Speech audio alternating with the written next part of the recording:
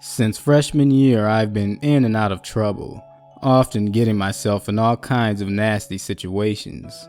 It was around that time my grades started to drop, and my parents got more complaints from my teachers. I hung with the wrong crowds and would often get suspended. Over the years, things got worse. My problems left school and became minor offenses with the law. Everything from shoplifting to vandalism. I can't even count the amount of times I've been dragged home in a squad car, only to be snatched in and scolded by my dad. In the middle of senior year, not much had changed. My grades were overall still piss poor, and I almost got busted for selling prescription pills. At that point, I had messed up so much that my parents finally decided that they've had enough. They gave me an ultimatum. So they told me either I got my shit together or they were going to let me go. One more mishap and I was out of the house. Honestly, I've been wanting to move out and get away from my parents for a while anyways. My unruly and rebellious acts in high school was a result of their constant bickering and attempts at controlling every aspect of my life. I've become more and more annoyed with them as time passed. After our talk, I became determined to stay out of trouble. I still needed somewhere to stay before leaving, and I didn't want to get thrown out before I found a way to support myself. I was motivated to turn my life around, but I had to start somewhere, and it was in an industry I knew I'd hate working in: fast food. I found a position at a burger joint. After a few weeks of faithfully punching the clock after school and fulfilling my duty as a cashier, I really was off to a good start. That was until I decided I needed a car. Although my job was only a few blocks away, I thought I would need some reliable transportation for myself in the future. Obviously, I had no money to purchase a new car, so I planned on buying a used one. One day after school, I made a trip to the nearest dealership and searched for a used vehicle with a low price. I wanted to get the car as soon as possible, but I had no credit and I couldn't pay the full price up front. I searched for other solutions. An old acquaintance told me about a guy called Bucky Mack. He told me this guy would loan me the money for the car no matter what my credit was like. From what I've heard, Bucky Mack was primarily a drug dealer, but he also lent money to desperate people on the side. Apparently he's been around for years, so I found it odd that I've never heard of this guy before. The fact that this guy was pretty much a loan shark did very little to deter me at the time. My sudden enthusiasm and hope that came with finally wanting to get my life together and taking my future seriously kind of clouded my judgment. I went to the guy that my old friend had informed me of. Bucky Mack spent a lot of time in a spot located on the other side of town.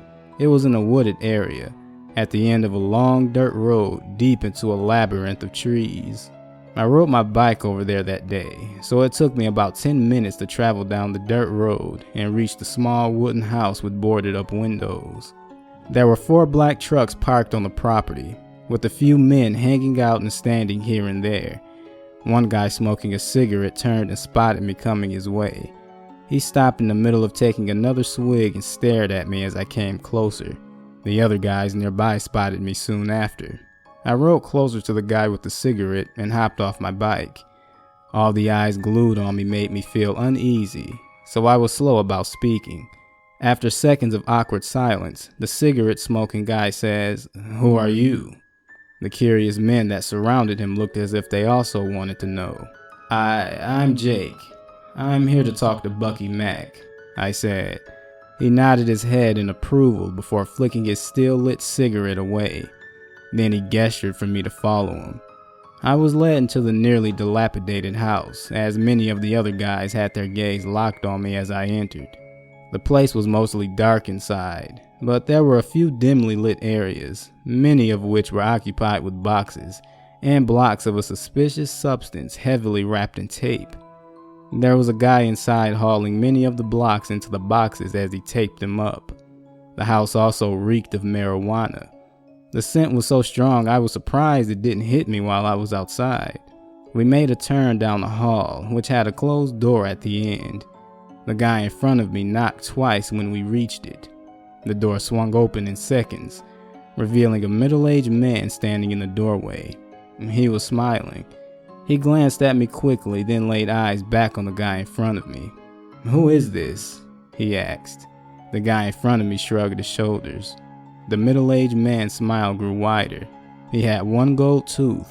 His hair was slicked back, and it shined in the sunlight beaming in through the window behind him. "How's it going?" he said, still smiling. "I'm fine, man. You?" I replied. Although I felt a little uneasy, I tried to present myself as confident and just as friendly as this guy appeared to be so far. "Why don't you come into my office?" he said, stepping back and giving way for me and the other guy to enter. We walked in, then the middle-aged man closed the door behind us.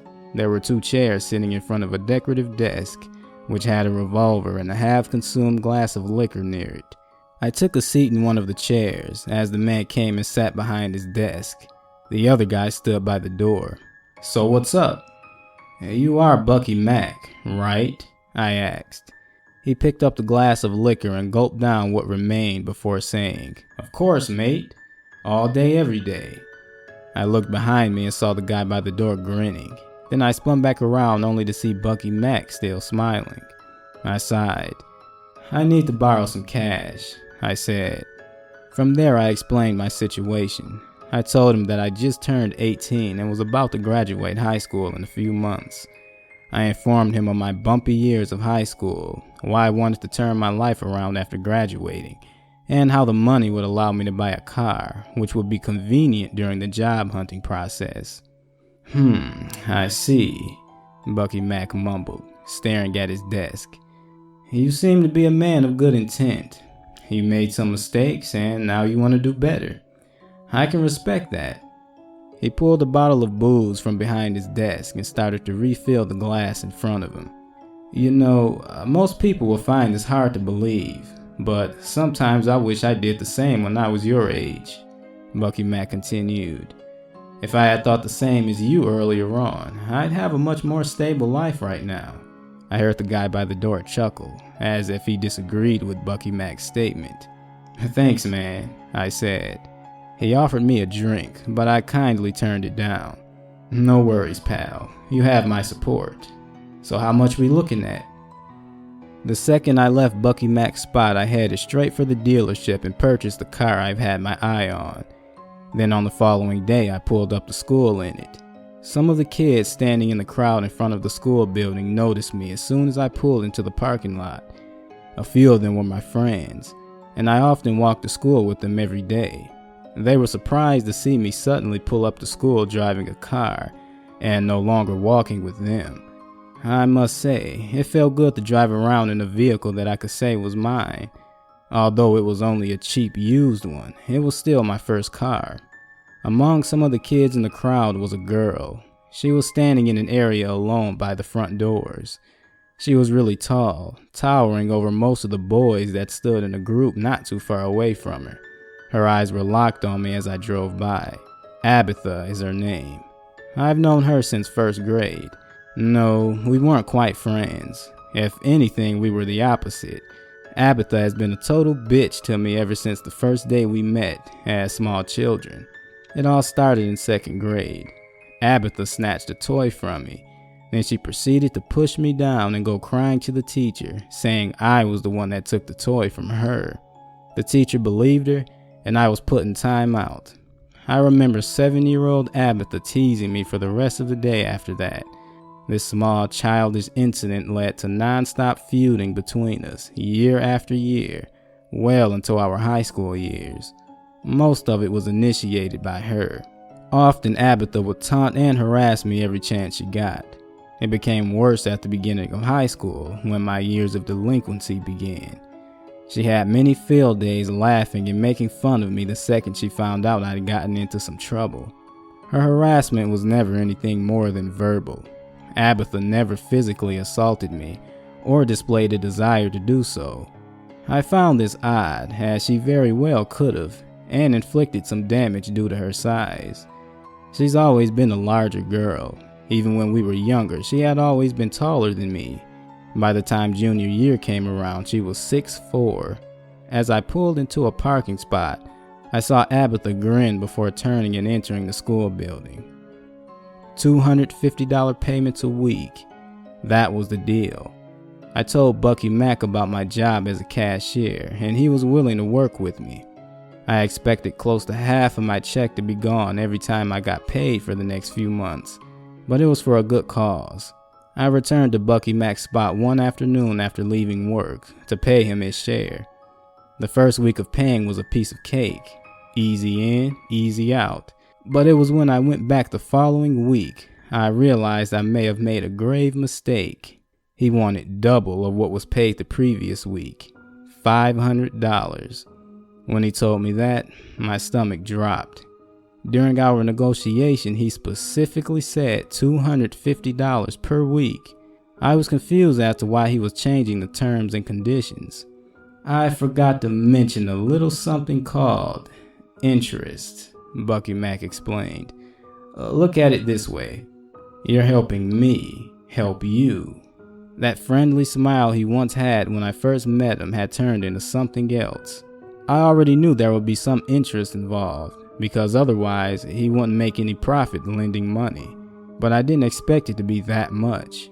Fortunately, I was able to make the payment, as I could work more hours than most high schoolers who are restricted by child labor laws. But I barely had any money left afterwards. When I went back the third week, he wanted $1,000. $1,000.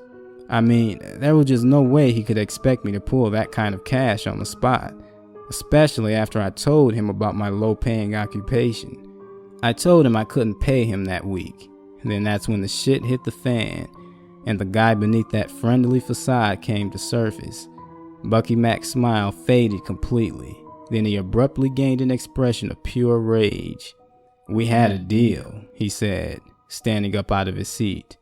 That same guy from before was standing by the door, but the second Bucky Mac stood up out of his seat, he moved in closer to me, and with my heart now racing, I mumbled, "You didn't say anything about interest rates this high.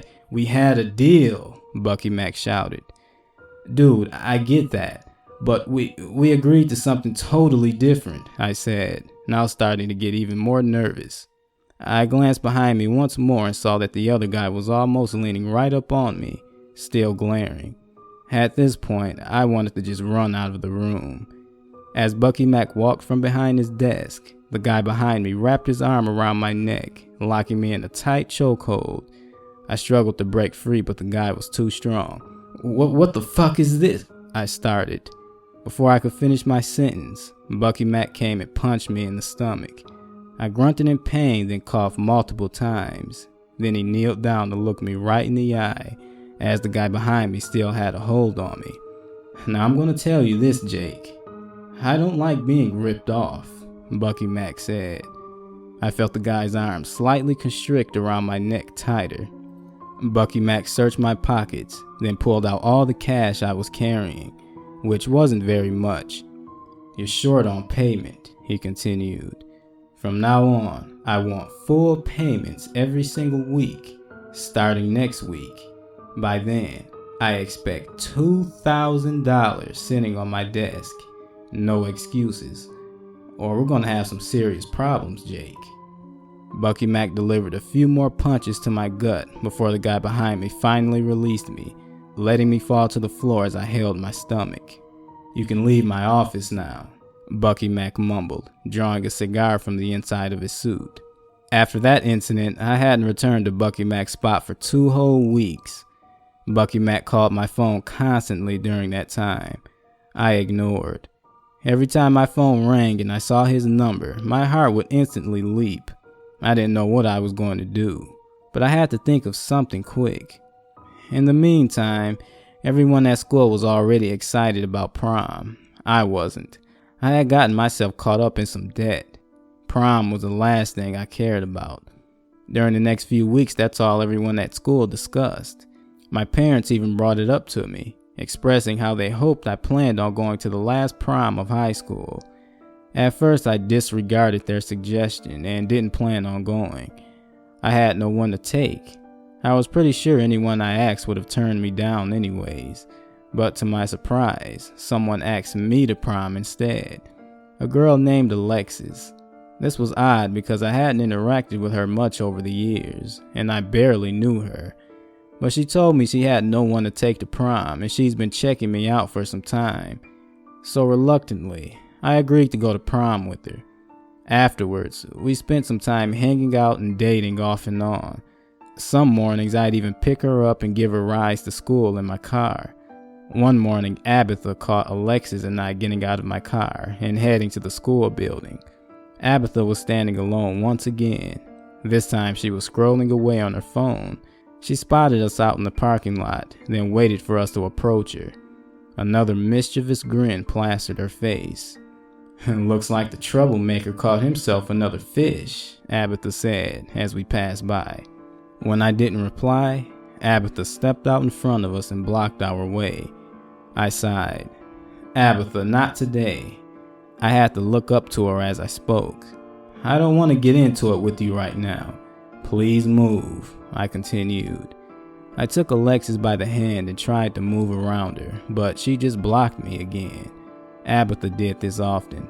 I've had many girlfriends throughout high school. Every time Abatha saw me with a new girl, she'd come and embarrass me in front of my date. Every time. I sighed again. Abatha chuckled. "What's wrong, Jakey boy? Still feeling butterflies?" Abatha taunted. She glanced at Alexis. "Let me ask you something," Abatha continued, stepping closer to Alexis. "Does he often get jittery when you're alone?" "I don't think that's any of your business," Alexis started. "Does he scream when you see him with his pants down?" Abatha interrupted. "Only asking because he did it before. When I pulled his pants down back in 6th grade. Wait, have you seen him with his pants down yet?" Agitated, Alexis took me by the hand and made her way around Abatha, pulling me along with her. As we trotted along, I glanced back and saw Abatha frowning. I smirked at her as we walked further away. Abatha rolled her eyes in frustration before turning around and going in the opposite direction. I was just getting off work one Saturday night, as my shift had just ended. My manager was counting the till, and I just cleaned the last table in the restaurant. While I waited by the door for the manager to lock up for the night, I saw a black truck pull into the parking lot outside. The truck parked right beside my car. My guess was a last-minute customer. Evidently, my manager thought the same, because he told me to tell whoever was in the truck that we were closed. When they came to the door, that is. But no one ever did get out of the truck. About 10 minutes had passed by, and they were still sitting there letting the engine run. My manager and I stepped outside after he had set the alarm and finished the till. Then the both of us went our separate ways out in the parking lot after the manager had locked the restaurant doors. When I got to my car, I tried to sneak a peek into the truck that was parked beside me, but the windows were tinted very dark. Go figure. I heard the manager start the engine on his car and pull out of the parking lot. That's when the door on the mysterious black truck suddenly shot open. A large man hopped out of the back seat and grabbed me from behind, hauling me into the truck afterwards. As soon as the large man threw me into the back seat, I was reminded that I had told Bucky Mack where I worked when we first met. I told him part of my schedule and gave some specifics on times. I had also informed him of some other things I couldn't recall at the moment. I know I may have told him a little too much, but the guy seemed so friendly at first I thought I could trust him.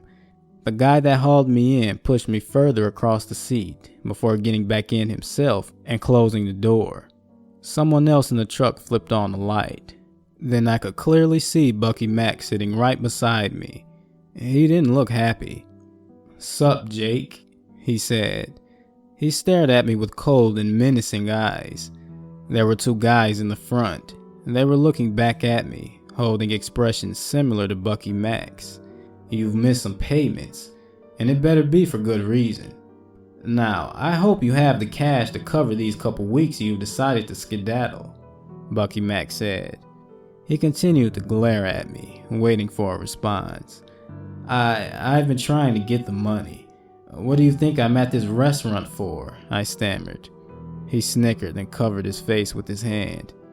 "Now, that's a good one, but it's still unacceptable. You haven't been paying, and you've been ignoring my calls," he snarled. He elbowed me in the face, striking me right in the nose. My nose began to gush blood.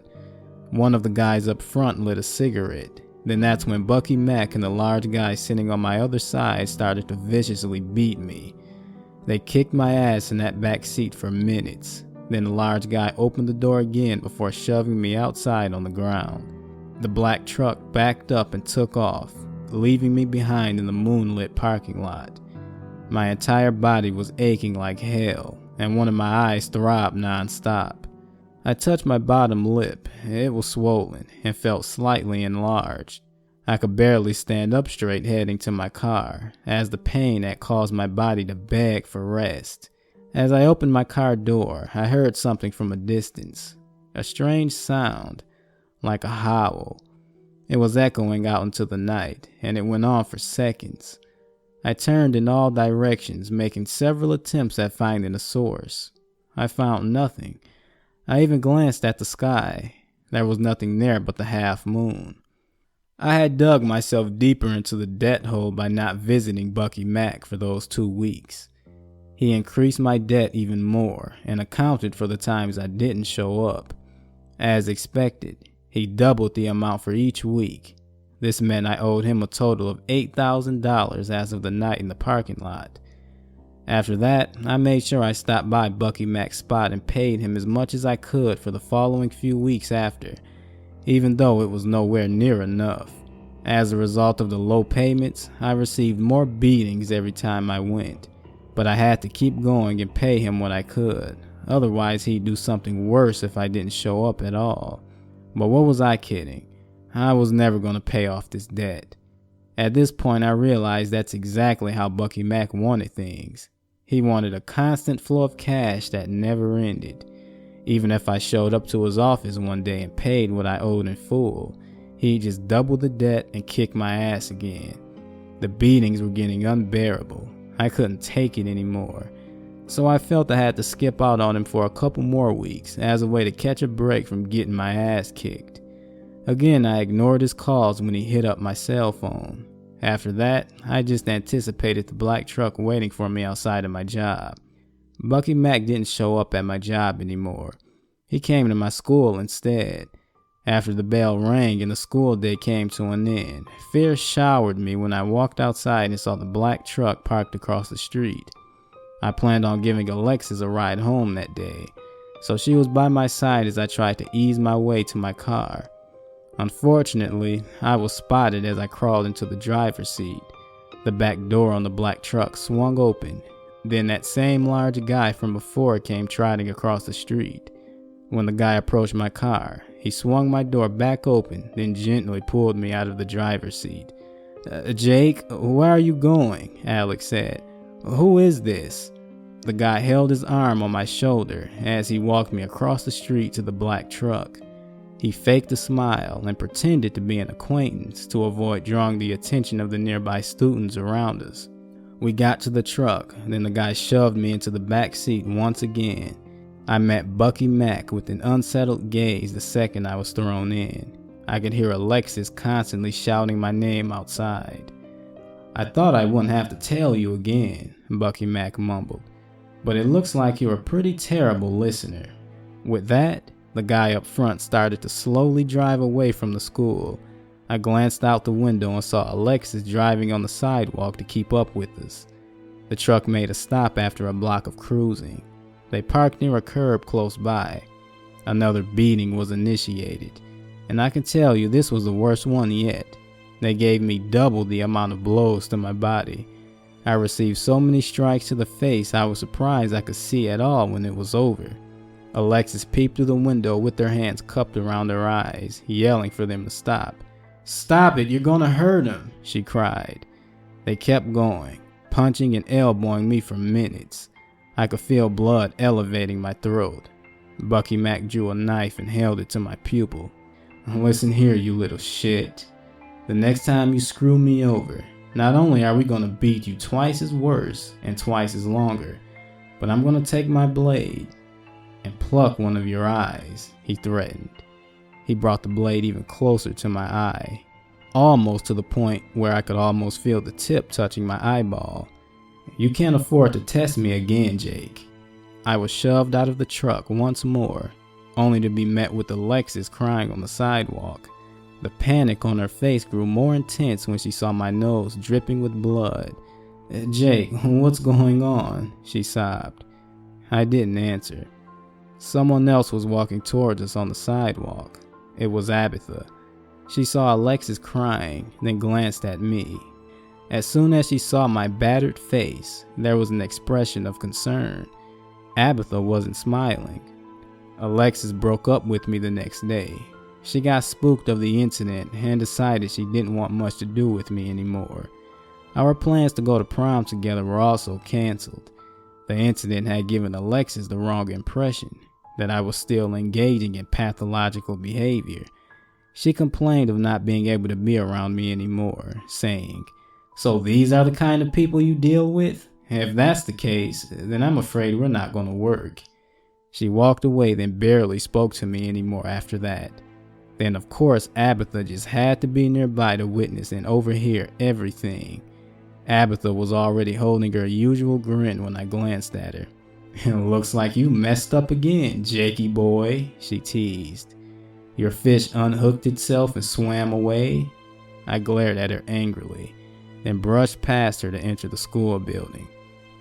It was pretty disappointing for our plans to be canceled. But hell, my whole ideal ending for my senior year had been canceled as far as I knew. Just when I was starting to grow more enthusiastic about senior prom, all hope was taken away. Prom was just a month and a half away and I no longer had a date to take. To make matters worse, Alexis had already found another prom date within days after splitting up with me. Abatha wouldn't shut up about that. She rubbed it in my face for days. "Well, that was quick. We'll see how fast you can find another date. If at all," she said before trailing away, giggling. I lifted a middle finger at her as she walked. At this point in time, I no longer cared about the car. I wished I could return it and take back everything. I just wanted out of this debt with Bucky Mac, and for senior year to just end already. I was giving up on all hopes for my plans for the future. As a matter of fact, after being too afraid to face Bucky Mac once again and skipping out on meeting him for another 3 weeks, I decided that I'd contact the police and inform them of the situation I'd gotten myself into, then let my parents know what was going on. I was sure my parents would definitely kick me out after finding out I made a deal with the loan shark, but I didn't care. Keeping a secret wasn't worth my life, or in this case, my eye. Unfortunately, I made the fatal mistake of not acting on those thoughts soon enough, as I ended another night shift at work with the black truck waiting for me out in the parking lot. My heart leaped instantly as I felt my body run cold. I wanted badly to just tell the manager everything and beg him to call the police for me. But instead, all he did was activate the security system and lock the doors as usual. Then he pulled out of the parking lot, leaving me to endure what was to come. The black truck pulled out of its parking spot and made its way over to me. That same large guy hopped out and started to haul me into the truck. "Get his ass in here," I heard Bucky Mac hiss. We all heard something. Then the large guy holding me paused. It was the same howling sound I heard before. Again, it echoed out into the night and got louder the longer it went on. "What the hell is that?" the large guy said. "Who gives a shit? Get him in," Bucky Mac demanded. The large guy did just that. This time, instead of giving me the usual beating quickie, they pulled off as soon as I was hauled into the truck and drove me back to Bucky Mac's spot. The truck halted at a stop upon arriving at the small raggedy house. This was my first time at the spot during the night, and it looked a bit different. There was no kind of artificial light in this wooded area, so it was a lot darker than usual, but the light from the full moon above provided enough to see around the dark pit that surrounded us. The men shoved me out of the truck and started their beating ritual. The other 2 men joined in this time, punching and kicking me, barely giving me a chance to breathe. In the middle of all this was the sound of the howling again. The large guy was the only one to acknowledge it. He paused, but Bucky Mack and the other two continued to beat me. After minutes of receiving many more blows, they all stopped. The large guy positioned my body to lean against the back tire of the truck. Then Bucky Mack drew his pocket knife and kneeled down to face me. I moaned and groaned from the painful sensations moving throughout my body. "I tried," Bucky Mack started. "I've really tried to work with you, but it's obvious you're a fraud." He had some nerve. The loan shark calling me a fraud. "I think you get a kick out of not giving me what I want, what I deserve." He opened the blade on the knife and brought the point to my eye. "Now I'm going to take something away you desperately want and don't deserve," he continued. I swore I could feel the tip of the blade slightly drive into my sclera. Before I could go any deeper, we all heard that howl for the third time that night, except it sounded very close this time. So close no one could ignore it, not even Bucky Mack. He lowered the knife and glanced behind him, as that's where it seemed the howling came from. There was nothing there but a patch of darkness resting between the trees. "What the?" Bucky Mack whispered. As we all stared at the patch of darkness, two glowing dots emerged in front of our eyes. Two yellow glowing dots. Behind the yellow dots came another howl, along with some deep and beastly growls. The dots started to come closer, then continued until whatever was hiding in the shadows came out into view and was exposed beneath the moonlight. The sight of the creature we were looking at had caught us all off guard. Bucky Mack dropped the knife, then all five of us began backing away. In front of us was some kind of tall and furry beast. The creature stood upright just like a human and had to be no less than 7 feet tall. Its muscles were so defined they practically rippled through its black and shiny coat of fur. Turns out the yellow dots were the creature's eyes. Those beady eyes were locked on us as we backed away even further. The creature opened its long snout full of pointed teeth, dripping with saliva, and let out a deafening, monstrous sound. "Bucky, what the hell is going on?" one of the other guys shouted. How the fuck should I know?" Bucky Mack yelled. I could hear the fear and concern in their voices. The creature let out several smaller growls, then suddenly began sprinting towards us on all fours. Bucky Mack and his guys drew pistols and began firing multiple shots at the hairy beast. I turned to run, but instantly tripped and fell on my stomach. The sharp pain in my stomach left me stagnant for seconds. Bullets struck the creature in several areas on its muscular body. The gunfire seemed to do little to no damage, but it was enough to keep the creature temporarily distant. The beast backed off and then started to crawl up the walls of Bucky Mack's small drug house. The men continued to fire at the creature until it reached the roof. "Come on, kill this fucking thing," Bucky Mack shouted, firing away with his revolver. With many bullets still striking its body, the creature took a huge leap off the building. It jumped so high I could see the full moon behind its body as it accelerated through the air, towards us. It landed right on top of the guy who drove the truck, crushing his puny human body and taking a huge bite out of his head afterwards. Blood sprayed from the exposed brains in his skull, dousing his partner in the face nearby and preventing him from seeing where he was shooting. The guy screamed and tried to flee the area. He could barely turn around before the creature took one of its paws and ran its razor-sharp claws across his face, slicing one of his eyes in the process and leaving 3 gruesome gashes behind. Shocked, Bucky Mack dropped his gun and watched the creature lift his disfigured partner off the ground and pull one of his arms clean off his body. The guy screamed in agony as his stump cascaded with blood and fell to the ground like a waterfall.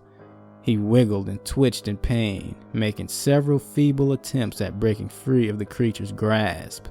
Bucky Mack turned and started to flee. The big guy followed behind him, dashing right past me and leaving me alone with the beast. The creature turned and started to stare at me with those yellow eyes, still holding Bucky Mack's mangled partner in its hand. The fear and terror left me paralyzed. I couldn't move. I started to feel a little lightheaded, and keeping my eyes open became difficult. The last thing I remembered before I passed out was those glowing eyes and those sharp canines dripping with crimson. When I woke up, I couldn't tell how much time had passed. I stood up and scanned the area, only to see the truck still beside me. The mangled bodies of the driver and passenger of the truck were laid out not too far away, but Bucky Mack and the large guy were nowhere to be found. The creature had disappeared too. I wasted no time. Right away I started to run, trying to make my way out of that neck of the woods. While darting through the trees, I came across two more bodies, one slumped on its side and the other on its back. I ran to one of the bodies and rolled it over using my foot. I almost screamed when I saw the face. It was Bucky Mack, and he was unrecognizable. His face had been completely torn away, leaving nothing behind but his exposed and bleeding face muscles. His mouth was slightly open wide enough for me to see his one gold tooth. The large guy's torso had been torn open, his body sprawled out, eyes staring out into nothing but the darkness that surrounded him. Dried blood was caked all over his face and neck. I heard some growls. This caused me to start running again. I got a glimpse of a pair of yellow eyes hiding in the middle of some trees as I passed by. I ran faster. Then I heard multiple footsteps behind me. It was following me. I made it out of the woods and reached a street light out on the road, where I sat down on the curb and took some time to catch my breath. I didn't hear the footsteps anymore, so I assumed I was safe. I also glanced behind me again and saw nothing pursuing me. That thing had all the time in the world to maul me to bits. It could have easily caught me while I was running. So why didn't it? For some reason, I still felt a bit lightheaded. I rested my head on my hand, but while doing so, I felt a rough substance on my forehead. I brought my finger to my face to see what I had touched. Something blue and dry. Lipstick. Someone kissed me. My parents wondered where I was and wanted to know why I was getting home so late that night. I lied and said I went to a party after work. They were a bit upset that I didn't call and let them know what was going on. I was fine with that. I was just glad to be alive, and for the first time since forever, I was happy to see them. It was that night I realized I would be just fine staying with my parents for a while longer. I also decided that I had no problem working at the burger joint until I figured out what I really wanted out of life, and college just may be a possibility in the future.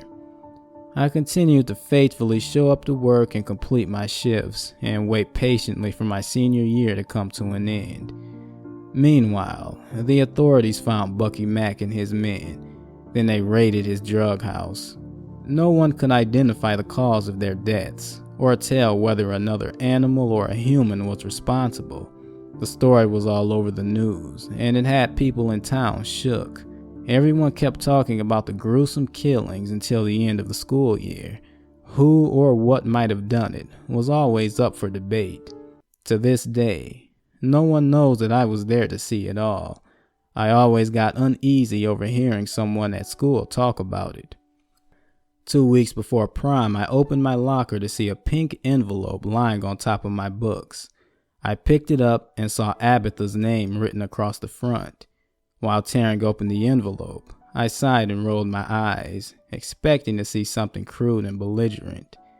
There was a folded letter inside, and upon opening it, my eyes went wide. My heart started racing, and I was shocked to my core. At the very top of the page was an imprint of lips with blue lipstick. Below that was a lengthy letter from Abatha, explaining how she really felt about me, how she's felt for a long time. And the last paragraph was something else that left me perplexed. She was asking me out, and she wanted to be my girlfriend. She also wanted to take me to prom.